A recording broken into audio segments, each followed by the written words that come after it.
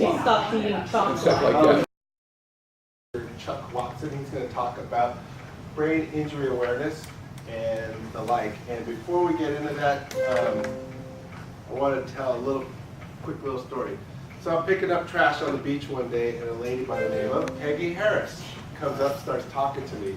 And eventually, our conversation leads to, hey, would you like to work for me and run my company? I'm like, well, what is your company? And she says, well, it's Brain Injury Homes Incorporated. So started working for Peggy, running her business almost 2 years ago. And Peggy's idea was to retire eventually. And, well, over the last couple weeks, we just successfully merged her company into the Brain Injury Center of Ventura County, a nonprofit. So kind of timely that Chuck's here today. We're still working out all our, what do you call it, transition issues, you know. But the neat thing is that we're trying to put in place an organization that's going to be there from now into the future, serving the brain injury community. I don't know if you're all aware of this, but our guest here, Irma Waddell, you know, her son had a brain injury as well. Peggy's daughter had a brain injury, and so the community of brain injuries is quite significant in our county. So there's a big need for the services that we're trying to hold together and provide to the community. So hopefully today, Chuck will give you a lot of insight and things to think about as we try to service our brain injury community in Ventura County. Okay, so with that, I'd like to introduce Chuck Watson, Executive Director of Brain Injury Center of Ventura County. Thank you, Stephen. Okay, so I have put together a slideshow that I'm going to talk you through that'll give us a lot of stats and figures and information, some dry stuff. In that show, you're going to see every so often a picture of somebody local that is a brain injury survivor and or their friends. They've given me permission to use those pictures. I'm not going to really call their names out and such, but that's going to be a reminder to me that maybe I should stop talking about stats and start talking about people. And so I'll give you a little story, not on everyone, but every so often I'll give you another little story about somebody who's been injured and what their life is like. I'm happy to answer questions. It will probably work best if we do the questions at the very end, but if there's something that you just can't contain, I'm a pretty easy guy. You can interrupt me and I'll do my best to answer it then. That work? Yes. Everybody able to hear me? Yes. Everybody able to see the slide? Am I kind of in, I'm in some people's way. All right, hold on. If I come back here, everybody can see the slides? Perfect. Okay, so I got the little remote, and hopefully that will work. Steve, there's a remote. All right, let's see. I'm going to try it. Was that me or you? That was me. Okay, so approximately 1 in every 10 individuals in the United States is touched by brain injury. When we say touched by brain injury, it either means that they had a brain injury at some point in their lives, or their family member or close associate also suffered a brain injury. So that's the first picture. That is a survivor of a brain injury who is part of our community. He's a great guy. He happens to be in the event with us that we do every year. So I got to the pictures fast, didn't I? So I also want to tell you kind of a little quote. And this is to remember whenever you're dealing with brain injury. And this is something that even if it's not brain injury, it could be something else. There is no medicine like hope. There's no medicine like hope. No incentive so great or no tonic so powerful as expectation of something tomorrow. And that's kind of an interesting way of saying, if you're looking forward to the future, if you're thinking something good is going to happen, no matter how bad it is right this minute, you have kind of a light at the end of the tunnel, and you feel like you can kind of make it to that spot. Now, in the brain injury community, that is a pivotal spot for our folks. They have to find a way, no matter how bad their life is at this moment in time, they have to find a way to believe that tomorrow is possibly going to be a better day. They're going to have more fun. They're going to meet somebody interesting. Their issue won't be so traumatic to them right at that moment. They'll be able to see past those things. And it's also the same thing that all of our caregivers and family members have to find a spot to get to. Families who can't find hope are the families that struggle mightily. And they are the families that we then see in the mental health side of the world. They are the families that we hear the awful stories of suicide and depression and another accident. They are the people, they have to find that. And so at the Brain Injury Center, and anybody who's dealing with families and survivors, one of our primary jobs is to help them find that spot. Come on, baby. Got it. Okay, so this is a little technical, and I'll go back and forth between technical and story, so hopefully that won't keep you too on your edge. So traumatic brain injury, it's also called TBI, is an insult to the brain caused by an external physical force. What that really means is a traumatic brain injury is something where something out here hit your head. You could have been in a car accident. You could have had somebody hit you with a bat. You could be in a football game and you've got really crunched. It is something else hitting your head. Acquired brain injury is an injury to the brain that's not hereditary or congenital, but it happened after birth. And so these are other ways that your brain gets hurt. They think things like anoxia, aneurysms, infections to the brain, and stroke. A lot of times we think of stroke as something separate. It's a heart thing, not a brain thing. But in fact, stroke is both. It is both a heart thing and a brain thing. So this is not as true today as it was a couple days ago, or a couple of months ago, or a couple of years ago. But largely, brain injury is unrecognized as a big problem. And it's getting better because a lot of media is paying attention to it. There's a lot of research about it these days. So this is moving us forward. But it's still true. It's unrecognized. And part of it is because there's the kinds of brain injury, the folks who have what we call a mild brain injury, and that's about 75% of the people who have a brain injury, don't really think of themselves as having a brain injury. They think of themselves as having a little bump to the head, a little accident, a little this, a little that. You know, they're up and at 'em the next day and all is good. So they don't think about themselves that way. And so the world generally doesn't think about it as a bigger deal. But we do, because we know how a brain injury, even at that moment, no matter how mild it is, if not attended to correctly, will result in other really bad outcomes. So, as I said, but people don't think about them. So concussions and strokes are also brain injuries. Come on, baby. All right. This is also one of our survivors in our community. Lovely gal. She happened to be at the same event. You can see that she's enjoying herself. She has friends. This may be a moment for me to tell you a little bit of a story. It won't be about her, but I'm going to tell you about somebody else who is one of our community members, and her name is Linda. So Linda is a mother. She's a grandmother. She's a brain injury survivor. Her accident was in December of 1992. When she was thrown from a golf cart onto a rock and sustained a severe traumatic brain injury. So you think you're out golfing, you're pretty safe unless somebody hits you with a ball. No, not so true. She struggled for years to overcome her injuries. I need my glasses. I'm getting old. She struggled for years to overcome her injuries and lives with many limitations. After 6 years of intensive therapy, she was able to begin her new life at home. She and her late husband Rex were founding members of the Brain Injury Center. Good reason for me to tell you her story, right? And Linda has continued to be involved ever since. She is still a member of our board. In the past 2 years, Linda has discovered her own passion and talent as an artist. Watercolor paintings take her to a happy place. She's become an accomplished artist. And here's the thing.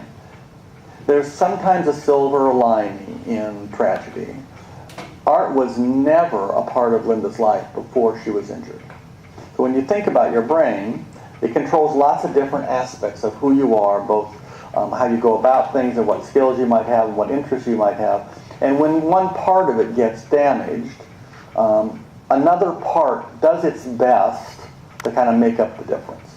And so then we find sometimes that folks who have a severe damage somewhere, once they are kind of on the mend, they start compensating, and suddenly a different part of the brain that used to just be hanging out is now busy and active, and I like art. I have a passion. And so that's kind of what happened to her. She creates watercolors that are cherished, and we're all very lucky. We have a couple in our office. But brain injury is also not just a thing that happens and it's over. For a lot of folks who had severe brain injury, there are consequences down the road. So Linda recently suffered another seizure, and it has affected her speech and her memory functions. Since that, she has started to recover again. She is now, she's gone through this process more than one time because she's had these events periodically over her life. And so she's doing better again. But Linda's always said that her recovery is a miracle. And we, of course, hope that's always true. Her aim is to help others to be positive and always put one foot in front of the other. We think Linda's kind of a perfect example of triumph over tragedy. Our brains no longer work the same after a brain injury. We will have cognitive deficiencies that don't make sense, even to us. Some of us will struggle to find the right word, while others can't remember what they ate for breakfast. People who don't understand, including some of our family members and people close to us, kind of get annoyed. They think we're being flaky or we're not paying attention, which couldn't be further from the truth. We have to try even harder to pay attention to things because we know we have deficiencies. So I think that's a good lesson to learn from Linda. I'll tell you a few other stories as we kind of go through the dry sides of this presentation. Chuck, that picture that Chuck just showed is a picture of someone who I knew who was a student at Camarillo High School. I was the director of risk management, and she was in an auto accident, and not only did it affect her family, but it affected the entire school. And that's a whole other part of it, but I just want to let everyone know that it's really interesting because we're like 20 years now, I think, since her David injury. Yeah. So here's the thing to remember. No brain injury is too mild to ignore, nor too severe to lose hope. Okay? Keep that in your mind, because later on I'm going to talk to you about the possibility of when you might have or have had a mild brain injury and what I want you to think about and how to deal with that. Okay, so dry statistics. An estimated 5.3 million Americans, almost 2% of the population, currently live with disabilities resulting from brain injury. 1.5 million people sustain a brain injury every year. Every 21 seconds, an infant, child, teenager, or adult in the U.S. sustains a brain injury. Brain injury is the leading cause of death and disability among children and young adults, the leading cause of death until age 44. I want to go back to that for a second. The leading cause of death and disability among children. More than all the other evil, terrible things that we think about having to protect our children from, brain injury is at the top of that list. Young adults, it's the leading cause of death until they reach age 44. Okay? So brain injury is the fourth leading cause of death overall. That's still pretty high up there on the list. Each day, 4,100 individuals sustain a traumatic brain injury. I hit the wrong button. There we go. Traumatic brain injury results in 1.5 times more deaths each year than AIDS. we're putting this together, some of these statistics come from the National Association, and obviously they're trying to make sure that you get in your mind comparisons to why brain injury is so prevalent and what it compares to. Each year, 230,000 persons are hospitalized. More Americans died as a result of TBI between 1981 and 1993 than have been killed in all the wars in our combined history. That seems like a startling statistic. We think of wars as the place where we lose the most people, and it's not. More than 50% of all motor vehicle crashes resulting in TBI involve alcohol. But I'm not sure it's trying to tell you that, if you're drinking and driving, you're going to get a TBI, but it's pretty true that it's true. You shouldn't drink and drive, period, not just to avoid TBI. Excuse me, on that statistic about the alcohol and driving, is that pertaining to the driver or passenger or both? Both. Both, oh. Or either, I guess, is a better answer. So, you'll see, hope is a big thing in the way we think. And so, 2 years ago, the survivors in our community got together and we did an art project.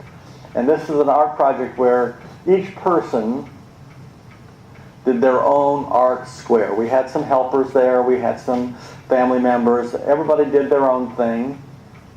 And then we had a professional artist help us arrange it and hook it together and then frame it. And so I love this picture. In fact, I have cards made out of it, and I have some other thank yous that I use it for, because it just shows that the range of talent that runs from people who could do something quite sophisticated in terms of their stuff, and people who are doing their best just to get along. That we value all of those things. That one you pointed out came from Brain Injury Homes Incorporated. We did 4 of those. Yeah. Cool. With our clients. All right. We already said that. So this is a transition problem when we switched it to make sure that it would work with both an older and a newer version of PowerPoint. So some things don't work perfect. So I'm going to skip past this because it's really just trying to tell you that it did a bad job. I'm going to skip it. What it was really trying to say is that among all the deaths and things that we deal with, TBI is one of the most prevalent issues. So here's some good news. 50% of all the people with brain injury died 30 years ago. Now that number is down to 22%. So it's good. Yes, sir. Like, when did they die? I mean, in other words, everybody died. So Are you sure about that? Within 2 years. I'm not planning on that, but Good luck. But you know what I mean. 30 years ago, most people died. I don't know. this stat was put together by the CDC, and they attributed the death to the TBI, or a progression of that injury, as opposed to you're now 97 years old and you had a TBI and you passed away. Okay, so normally we might expect that to happen, not because of the TBI. So this is, moderated by the issue of whether it was TBI related in terms of how they died. And now it's only 22%. So that's good news. The difficult news is now all the different, there's 27%, 28% that would have died before that are now still alive and trying to find a way to have a meaningful life. And we have social service systems, we have family systems that aren't quite keeping up with that need. And so it's a little bit harder life for us to go. So this is Ryan Clem, and I'm going to tell you his story. So Ryan is a member of our community, and he is also one of our ambassadors. So Ryan will go around and do some speaking engagements and talk to people. And so he has a speech that he gives, and we worked together and worked out a fairly, not quite as long as Ryan would normally give the speech, a succinct version of what he talks about. So I'm going to read that to you. So Ryan was a devoted surfer, a star golfer, a handsome, popular young man from Ojai. He was just out of high school, 2 months into his freshman year at college in Santa Barbara, on the night a friend had a party in the Ojai foothills. He was walking down the winding road back to his car when a drunk driver careened into him. This is not Ryan getting into a car, maybe having drunk a little too much, and then getting hit by somebody else. This is just a good guy walking down the street and somebody got him. He leaped to the side, but the car veered the same way, crashing into him. His foot got caught in the wheel well, and he was dragged 100 feet before coming free. His leg was almost severed, his head was smashed, and his neck was broken. That's how he looks now. This is not a before picture. This is Ryan now. He had blood gushing and convulsing at the scene. Witnesses could not imagine that he was going to survive. He was in a coma for 2.5 months before he slowly began to emerge. Deep inside the blackness, he said he did not have a sense of self. He certainly felt pain. He remembers voices telling him not to be afraid, that he would be all right. He could feel the tubes passing inside his nose, going down his throat. He felt constraints on his leg and his neck. His body was numb and he could not move or even open his eyes. He said he tried to talk, but he could not get a sound out. It all seems like a terrible, terrible dream. In time, Glenn could recognize familiar voices, his mother, his father, his brothers, his best friends. They were equal parts of pain and confusion. They were talking to him, offering him encouragement, and he wanted to respond to the people that he loved, but he said, but all of my feelings were inside my head. I could not communicate anything with anybody. I was trapped inside myself. I felt so lonely. It took 4 months before Ryan fully emerged from the coma, only to face a long, daunting battle to resume his life. He had a serious brain injury. Now we'll fast forward. Helping others is a common goal among people with brain injuries. Whenever someone in his support group needs assistance, Ryan's the first one to step forward with an offer to help. He says, why should I feel sorry for myself when maybe I can do something for someone else? If I possibly can, I'll always help someone who needs it. There's always someone worse off than me. So Ryan, as a footnote, is also a part-time caregiver to another brain injury survivor. And that brain injury survivor happens to be Jenna, who we saw a picture of just a couple minutes ago. So that is Ryan's story. And he still is active with us. We had conversations with him a couple weeks ago about coming to some of the support groups again, because he'd kind of not been coming. And from his perspective, he and a couple of other survivors were feeling a little bit like, well, I'm okay now. I don't need that support.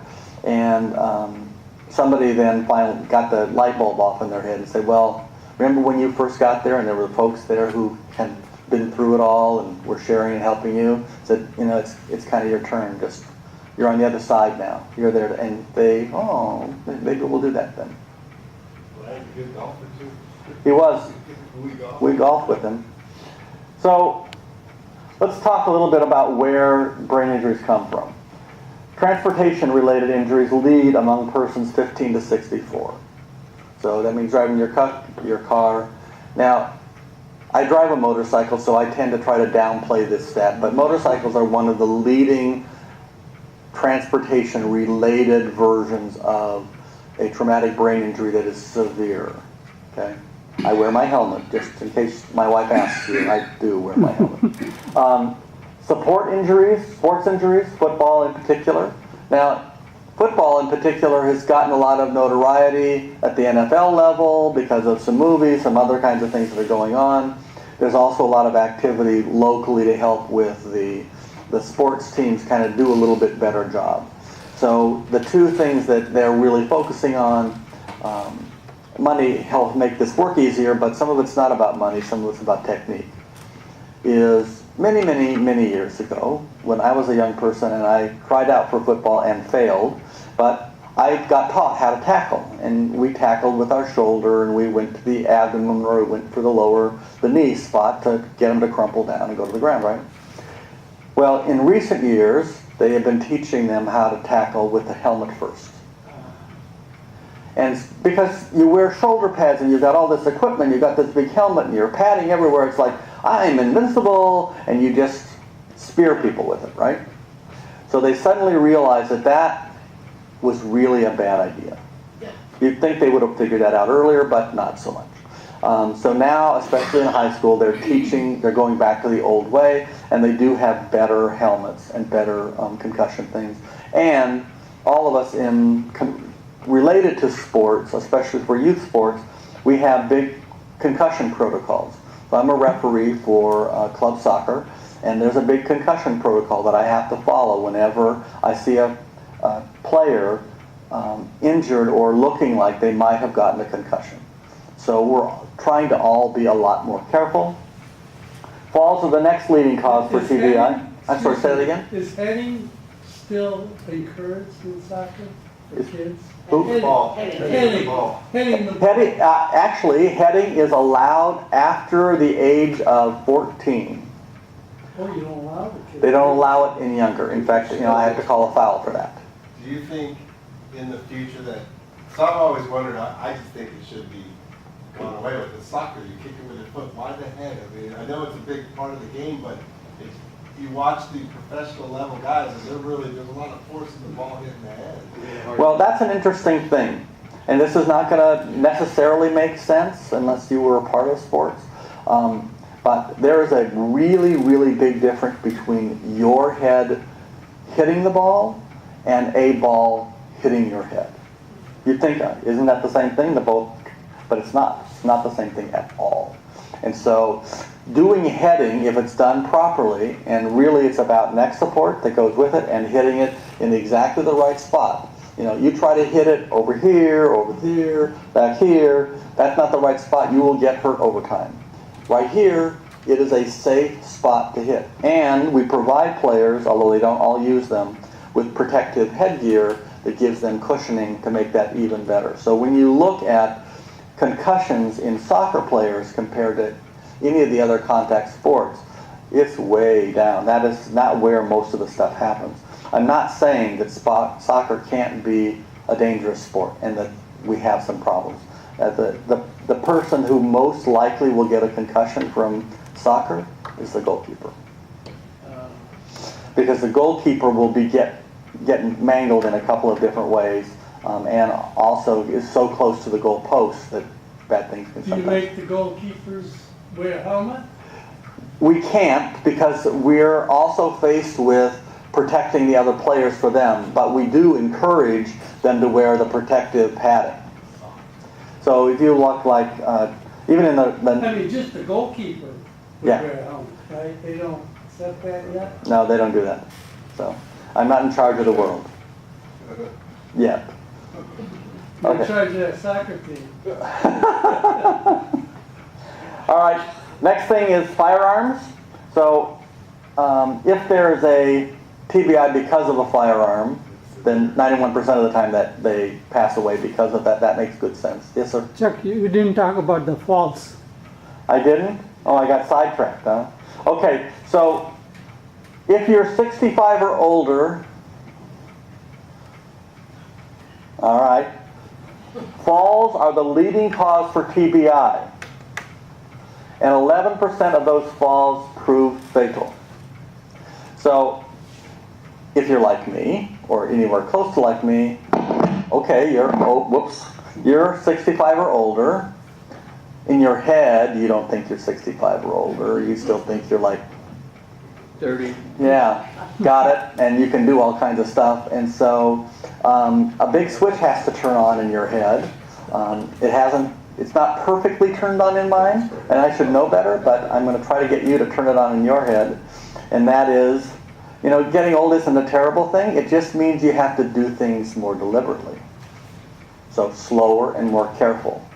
So when you decide that you're in traffic, and you're going to make that left-hand turn, because you know that you can beat those guys that are driving down the other end, you should just tell yourself, I'm not on my way to a fire, I'll just wait a second until it's a clearer spot. Yes, I will annoy the people behind me, but too bad. I'm just going to wait and turn then.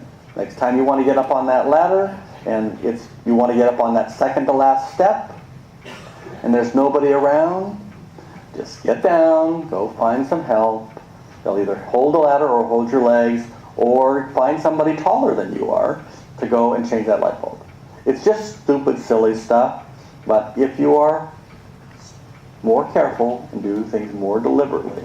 Now, this is especially true for folks who've already had a brain injury, a mild brain injury. So for them, the same rule applies. Slow down, be more careful, be more deliberate. And the thing to remember is if you've had your first brain injury, you also have lost a little bit of your ability to think perfectly. You know, I'm not saying that you're out of it, but cognitively you're just not quite 100%, which means that what you think is okay, you should always have in the back of your mind that says, am I really sure that's true? And then just slow down a bit, because what happens is brain injury is a cumulative effect on your brain. You get one, you walk away, you do the right things, 6 months later, you're kind of close to normal.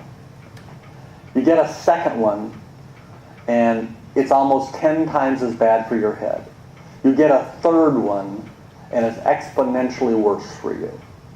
So one of the reasons that the Brain Injury Center is actively involved in meeting with and helping families who have their first traumatic brain injury with the first 90 days, because that's when they're most vulnerable, and that's when they need to get the most rest, we handhold them a lot. So I'm just giving you pre-warning. Yeah? This is anecdotal, but when you hear about people who are older that fall, they may not have gotten a severe brain injury or whatever, but they never recover. Well, there's this thing. Statistics can lead you to believe that they're cause and effect, and they're not really. They're just statistics. And so there is a statistic out there that if you are older than 78 and you fall and break like your hip or your leg, that is statistically likely to end up with you passing away within the next 6 months, right? We hear that, doesn't make really good sense to us, but it's just statistics, because so many people at that age, once they have that much trauma to them, their resistance is down, their willingness to like give it a go, they're tired, they're like, okay, I guess I'm done. They get there, okay? For us, then, we're just trying to, at this age, a fall is not going to end our lives unless we decide we want to let it. Okay? All right. So this is 50% of brain injury are from vehicle crashes, sports is 10, firearms is 12, falls are 21, and 7 is other kinds. Yes, sir? So the 7%, is that all the effects of like drugs, alcohol, Yes. opiates? It's only 7% though. For brain injury. Right. But, can they detect? I mean, like, I'm sure all of that stuff does something to the brain if it's not traumatic. You're probably right. I don't have any data that would let me give you an answer that's any better than that's what they told me. I'm sure many of my brain cells are killed out by now. Well, the opiate use All right. So there are other causes, and this is what the other is. Too little oxygen or blood flow to the brain, so you have a heart attack, a stroke. Carbon monoxide poisoning, why we have those little things in our house now. And near suffocation. Infections to the brain and toxic exposure. So this is where substance abuse, ingestion of lead, sniffing and huffing glue, those kinds of things. So it's exactly what you said, the 7% includes drug and alcohol abuse. So here's some sad news. Just the virus and set protect, no. Just- That'll go away. Just, yeah. So the cost of brain injury in the U.S. alone is $48 billion annually. And for those of you that occasionally take a picture of the slide, I will make the slideshow available if somebody wants a copy of it. Brain injury accounts for more years of lost productivity than any other injury, and every dollar used for brain injury rehabilitation saves up to $35 in the future. Spend $1 now, save $35 later. You'd think that that would make a lot of sense, right? However, fewer than 1 in 20 people with TBI will receive the rehabilitation that they need. So the medical industry, the insurance industry, they're not so hot to trot to help people with a brain injury get the kind of rehab. They're still stuck in the old way of understanding and thinking it'll get better on its own or it's not my problem. So if they would just realize that that $35, somebody else isn't paying for it, they're going to be paying for it. And if they just do the right thing at the right time, they can avoid a lot of those costs. We're still in those arguments with, especially with insurance.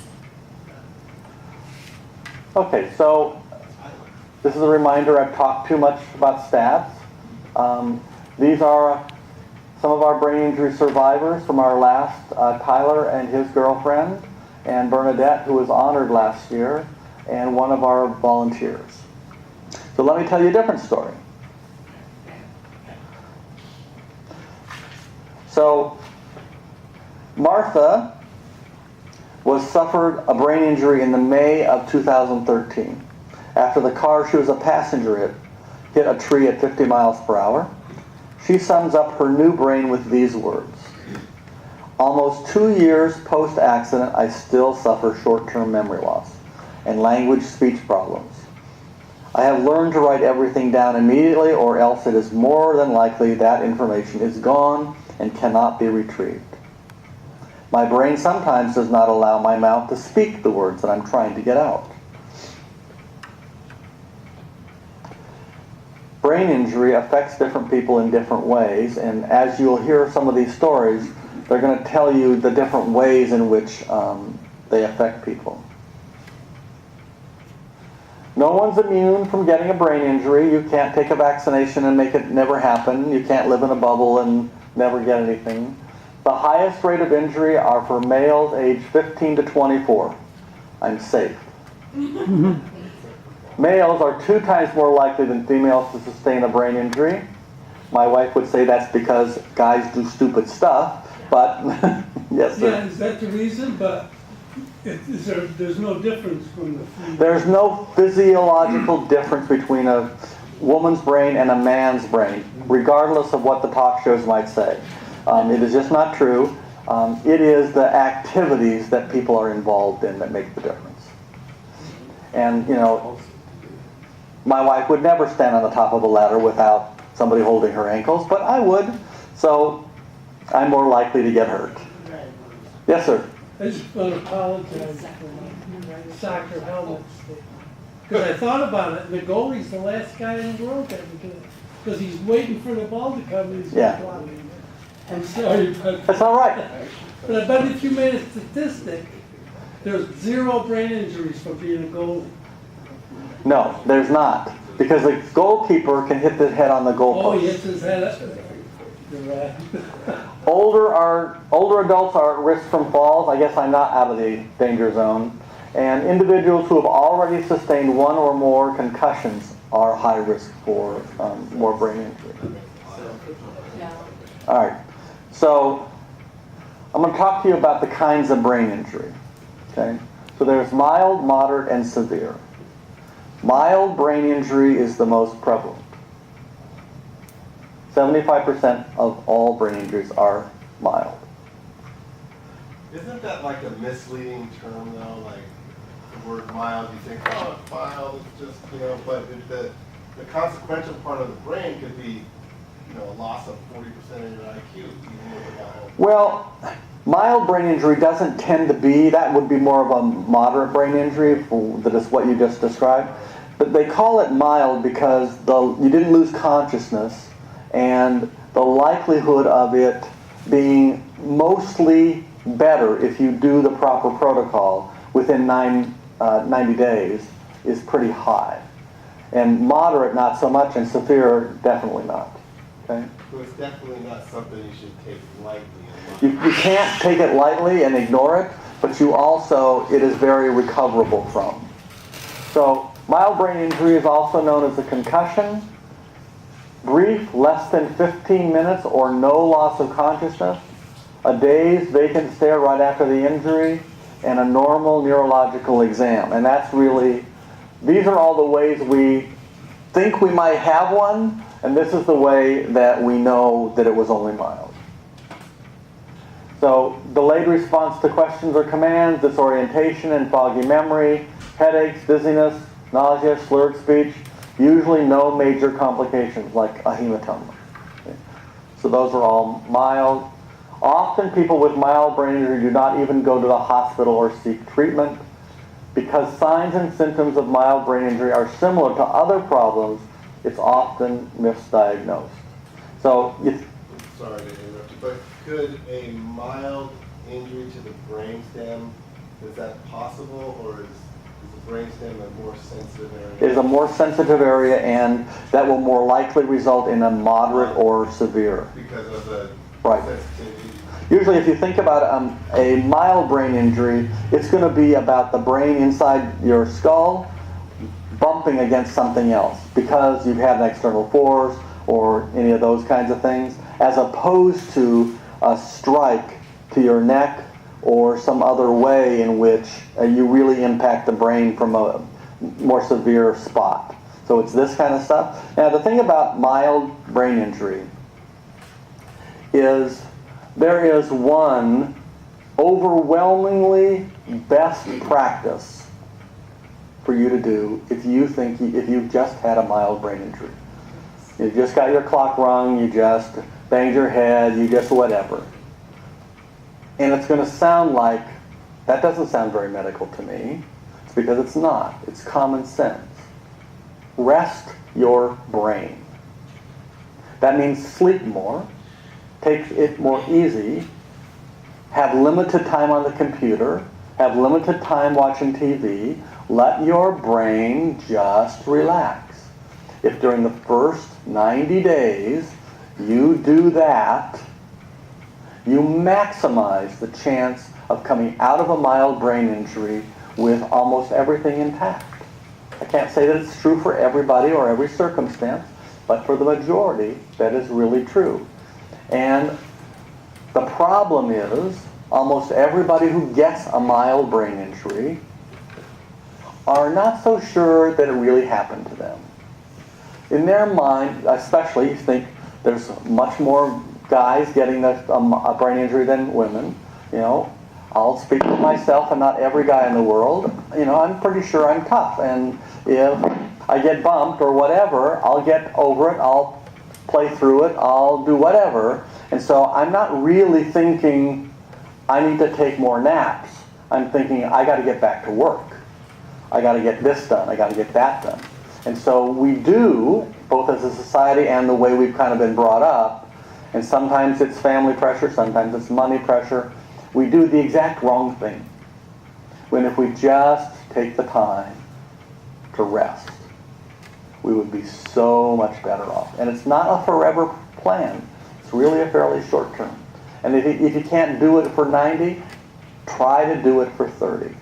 Almost every employer, if you've just gotten out of an accident and you didn't get mangled or anything, but you hit your head, 30 days of recovery is an understandable number. You just got to do it. Now, people who work hourly don't necessarily see that as a viable option, and I understand that. People have to make their own choices. But from the medical side of the world, take every chance you can to rest more. Go slower, be more careful. Yes? Can you be a little bit more specific on the resting, besides taking a nap or sleeping longer in the evening? What other things rest? Is it TV watching, resting? If you think about it, the perfect version of rest is laying down in a comfortable spot with your head supported and your eyes closed, and you are not doing anything. So as close to that as you can manage, that is rest. We don't prohibit the computer, we don't prohibit your phone, we don't prohibit any of those things because we know that that's not a reasonable expectation. But the less of it you do, the better off you are. Okay. Yes, sir. Music have same impact as TV and computer? Listen to classical music? Classical music, interestingly enough, is not a stress on your brain. And it's unlike a lot of other music that is a more jarring. And so I'm really glad you brought that up because, in fact, listening to soothing music, massage music, Yes, yes. you listen to those kinds, the sounds of waves, the sounds of this, the birds chirping, the light melodies, the non-complex, non-jarring music is actually good for you. That helps you rest, helps you stay focused on resting.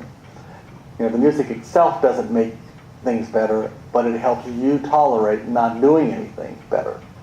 And did you have a question? I was just going to add to that. I think it's also important to rest as soon as possible after it happens. That's exactly right. Even if you lay down right there on the ground. Well, maybe not in the middle of the freeway, but yes. Anywhere else. But even if you even drive to the hospital, that's putting stress on yourself. Yes, it is. It is. You should not take yourself. If you're going to go to the emergency room, you should be having somebody else drive you. Even if it means calling an Uber. Yeah, with our clients, that's our major focus is trying to get them in a position to have a really good night's rest every night because it's super important for them for the next day. So the other part of brain injury, mild brain injury, is we also tend, because the symptoms of it, a little bit of memory problem, a little bit of slurred speech, all those little things, there are lots of other reasons we could have that. And a predominant one is, well, we're getting old.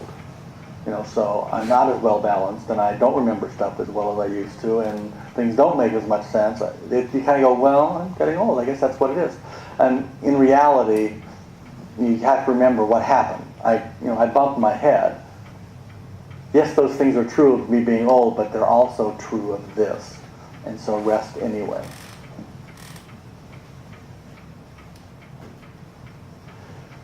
Another thing is that symptoms may not appear until later.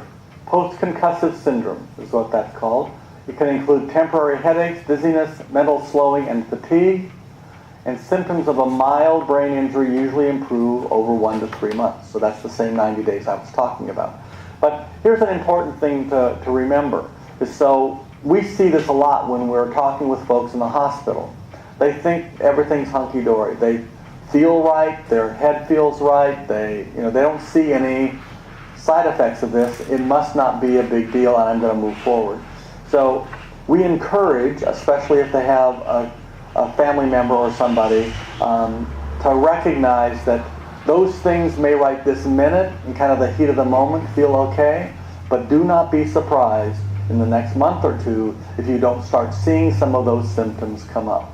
And so one of the things we try to help folks when they go back to work remember is say, if suddenly at work you're getting into more arguments with your coworkers, your boss is starting to say you're forgetting stuff, you're not doing things on time, don't just get bent.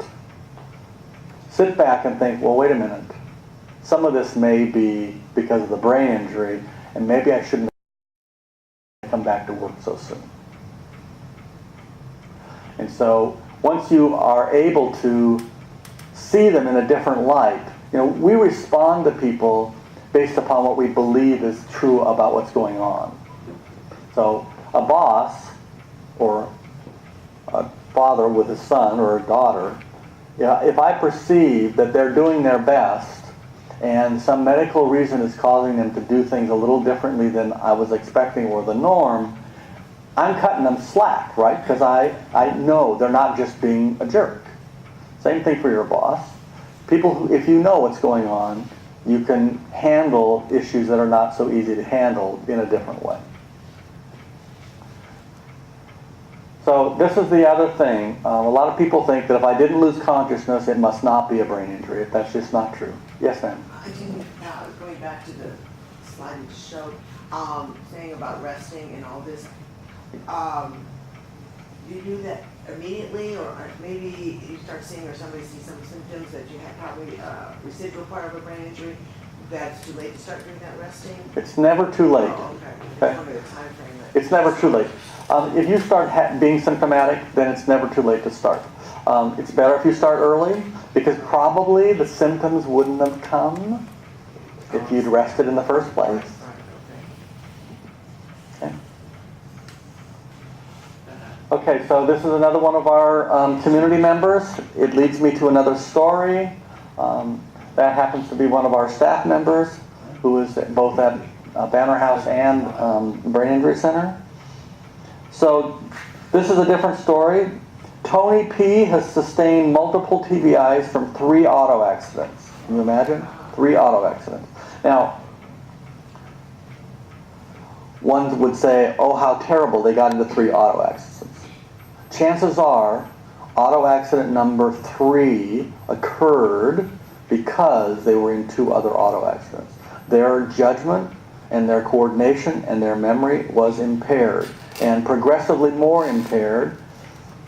This is a person that probably, if they had the right coaching, would not have been driving when they hit number 3. Better when they hit number 2, but for certain by number 3.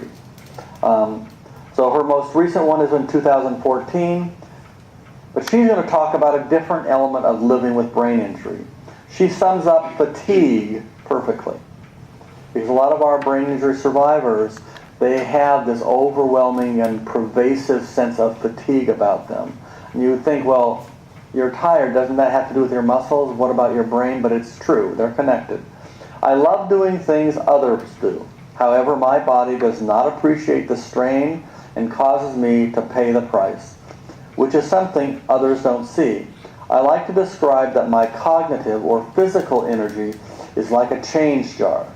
Everything I do costs a little something out of that jar. If I keep taking money out of the jar without depositing anything back, eventually I run out of energy. I just don't know when that will happen. So that's a life experience version. I know that if I work too hard or I do too much stuff, I'm going to get tired. At a certain spot, I need to stop and put stuff, kind of rest and kind of recharge myself. Well, that's normal thinking for all of us. For them, they can't tell when they reach the end. And so when they reach the end of that, then they virtually collapse. They become, bedridden in the sense that they just can't get the energy up to get up the next day. So sometimes it's from activities that seem very simple, but there was more work than I intended. For me, like others with TBI, I'm not always aware of it until I've done too much. So brain injury survivors suffer a great deal of fatigue. Every single thing they do, whether physical or mental, takes a toll on their brain. The more they use it, the more that it needs rest. If they go out to a crowded restaurant with lots of noise and stimulation, they may simply get overloaded and need to go home and rest. Even reading or watching TV causes their brain to fatigue.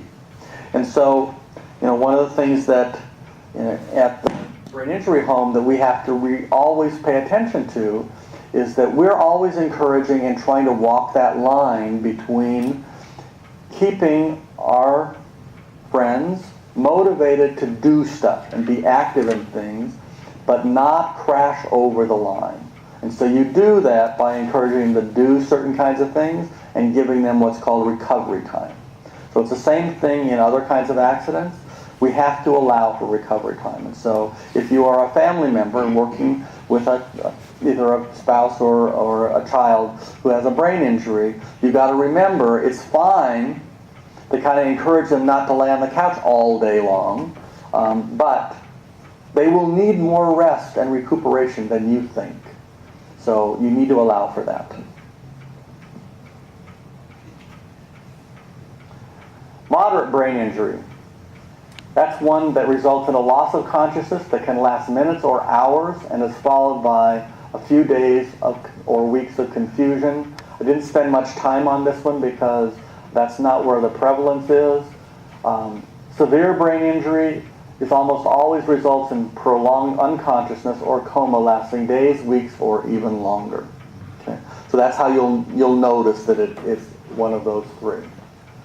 Brain injury is unpredictable in its consequences. This is another one of our families. So I'm going to speak for a second. No, I'm going to move forward. This is one of our newest board members, Laura Coppage, and her daughter Stephanie. How did your daughter get brain injured? I don't remember it clearly enough to say it out loud without being worried that I'm going to tell you the wrong story. So, yeah, they're quite a couple. So brain injury affects who we are, the way we think, act, and feel. It can change everything about ourselves in a matter of seconds. So the most important things to remember, a person with a brain injury is a person first. And it's easy to not think that. Not because we want to, not because if we had a moment and thought about it, we would think that. But it is easy when we react. Because they do things, especially if you're a caregiver, that are annoying and aggravating. Just the way they are. They're doing their best. And when we are a little tired or have other kinds of stress, when they ask the same question the 12th time and it's only been an hour, it's kind of like, they're real people. They're doing the best that they can. So we try to deal with that. No two brains are exactly alike. So this person and that person were both in the same car accident. And this one has a mild brain injury and this one has a severe. Or they both have moderate brain injuries and this one is virtually unable to do anything and this one seems like they're just getting ready to, go back to normal. Same accident, same circumstance, but the brains are different brains. Yes, sir? So is there a way they evaluate whether a person being unconscious, what the degree of injury? Well, there are certain tests that the medical community can do that will help them understand what the brain is and where it's damaged and how those kinds of things are. It's not perfect because some of their tests are interactive requirements. So they can only do the things that are passive. But they'll be able to see where the damage occurred, but they won't necessarily be able to see what that's going to mean for them. Obviously if it's a big chunk, then they're going, well, that's not going to work.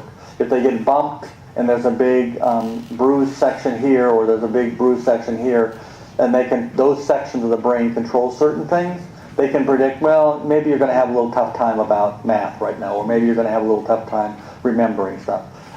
But even that is just an estimate. So who's got a clock and how badly am I going over? You're Right. fine. You've got All right. another 20 minutes. All right. You always start these speeches going, will I have enough? Will I have too much? So they are complex and they vary greatly from person to person.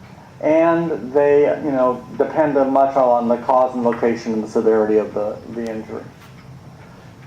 So I'm just going to do this quick. So when you get an injury on either clearly on the right side or clearly on the left side, or something that kind of gets both, this is what is most likely to happen. Not for sure, not predictive exactly, but you wouldn't be surprised if this is what happens. So on the right side, visual, neglect, the things that are going on in there. If you're injured on the right, and this is a weird thing about our bodies, at your brain level, the stuff that's on the right really controls the stuff that's on the left. Okay? So that means that on the left side of the body, certain things are not going to make sense. They'll have a decreased awareness of deficits, altered creativity in music. They'll kind of lose that ability to see the big picture. They will have visual memory. They might remember what something is by its word, but they won't be able to remember it by how it looks. Decreased control over left side movements. Okay, so the left side then difficulties understanding language, difficulties in speaking or verbal, catastrophic reactions, meaning that they're going to feel large amounts of whatever they feel. So that will lead to depression and anxiety. They will have verbal memory cues. You know, the deficits over here are things you see, the deficits over here are things you hear. Decreased motor on the right side, and impaired logic. Okay? Someone in between, they're just going to have reduced thinking speed. They'll likely have any of those things, but in addition, reduced thinking speed, increased confusion, reduced attention and concentration, increased fatigue, impaired cognitive functions across all levels. If you think about this list, that is almost always going to be universally true of most any brain injury survivor in some form or fashion.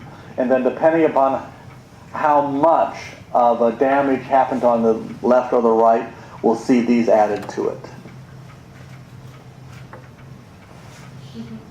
So this is another one of our brain injury survivors. She participates in a lot of different events with us. She is a good example of somebody who just takes joy in the simplest of things. For no other reason than this picture just always makes me smile. So, did you? Okay. So, thinking changes, physical changes, personality and behavior changes. So I will take 5 more minutes. You can have a copy of my slideshow, and so I'm going to kind of rush through these a little bit. So the thinking changes are memory, decision-making, planning, sequencing, what goes after what, judgment, processing, speed, problem-solving differences, persistence, meaning sticking with the task, organization, self-perception, perception of others, inflexibility, and thinking. Those are the things that are going to change, and depending upon how severe it is, these things will change more dramatically or not. Physical changes, motor coordination, hearing and visual, spasticity and tremors, spasticity or tremors, fatigue and or weakness, taste and smell, balance is a biggie, mobility, speech, and seizures.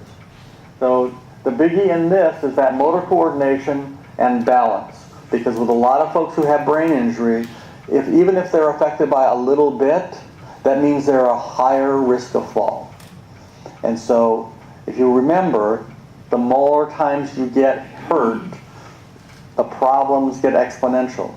So that is, again, one of the reasons why with a mild brain injury in the first 30 to 90 days, we want to keep you from, we know you're going to have a little bit of coordination problem, a little bit impaired judgment, probably a little bit of balance problem, high likelihood that you will make poor judgment and as a consequence of impaired abilities, fall or get hurt again, and that just ups the risk from then on. Personality. This is the other thing. Although normally we don't see like a complete Dr. Jekyll and Mr. Hyde kind of thing, there are times that it happens, but we will see depression. We will see a lot of times where their social skills are not intact, meaning that they will say things out of context, they will ask things that are kind of inappropriate to ask, or they will say it and do it in a way that's not quite as socially adept as they used to, and so you just kind of have to roll with that a little bit. They can have emotional problems, meaning that what used to be no big deal is now a crying jag. They will have inappropriate behavior.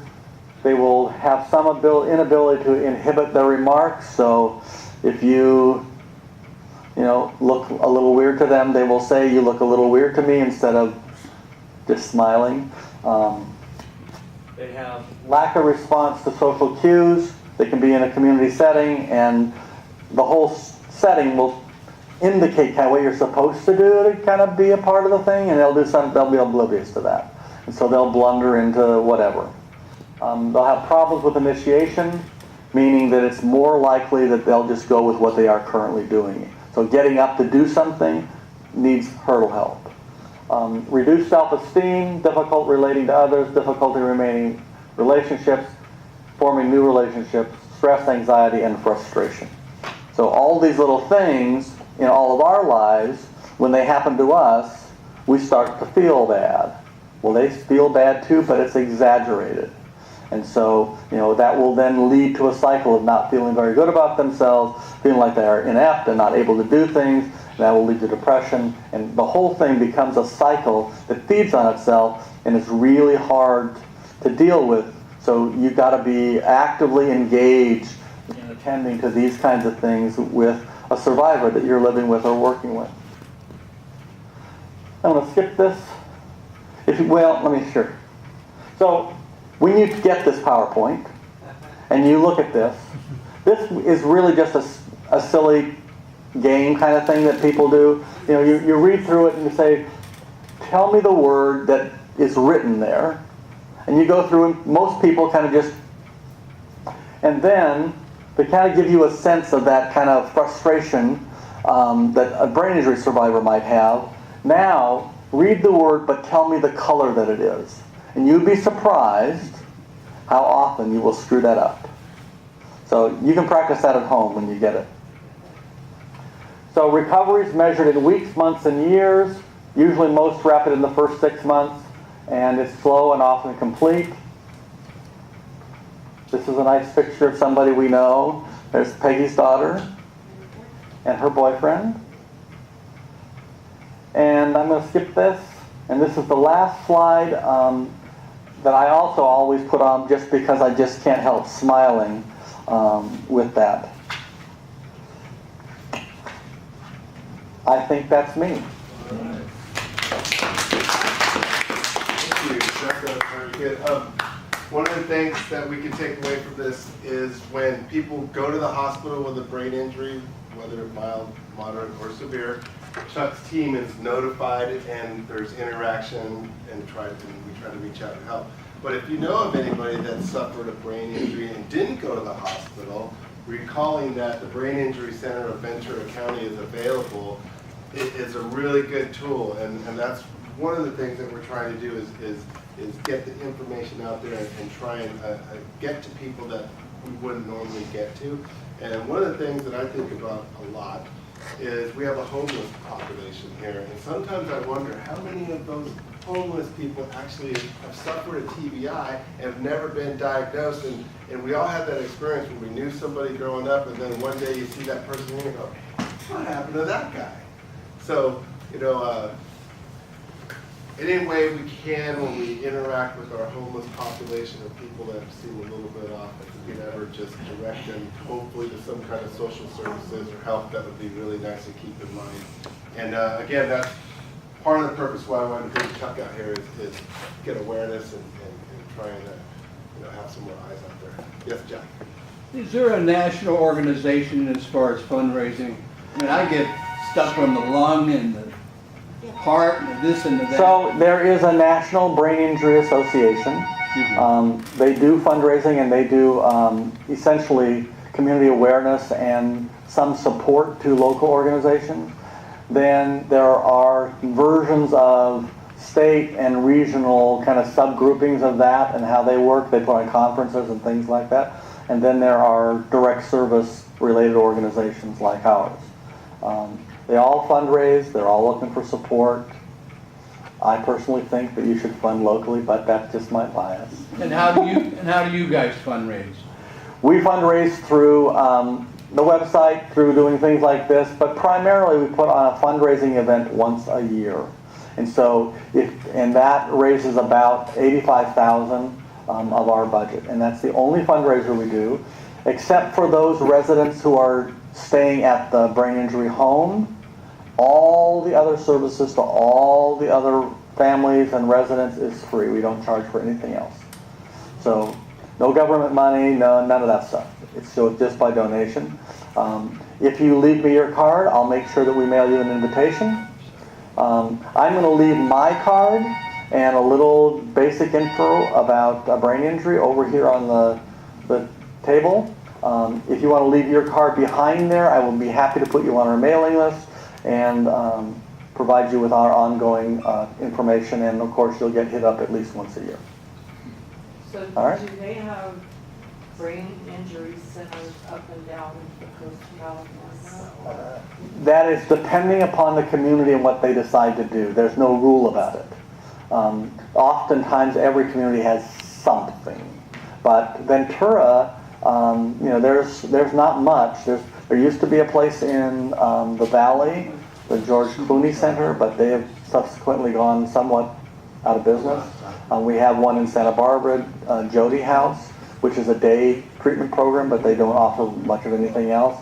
So everyone, and again, funding is a constraint for all of us, so we do the thing that connects the best with what help and support we had at the time in that community.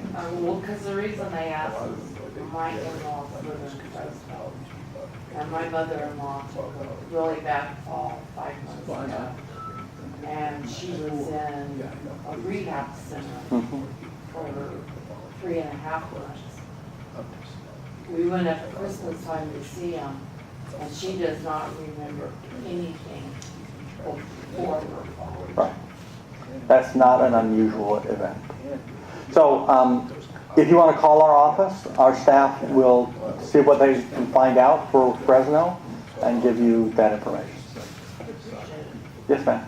Can you address a little bit about what whiplash injury is like to the brain? So whiplash is an injury that happens, and usually it's two parts of the problem. The first part is the severe and quick bending of your neck in one direction or the other, which may or may not impact your brainstem and your neck.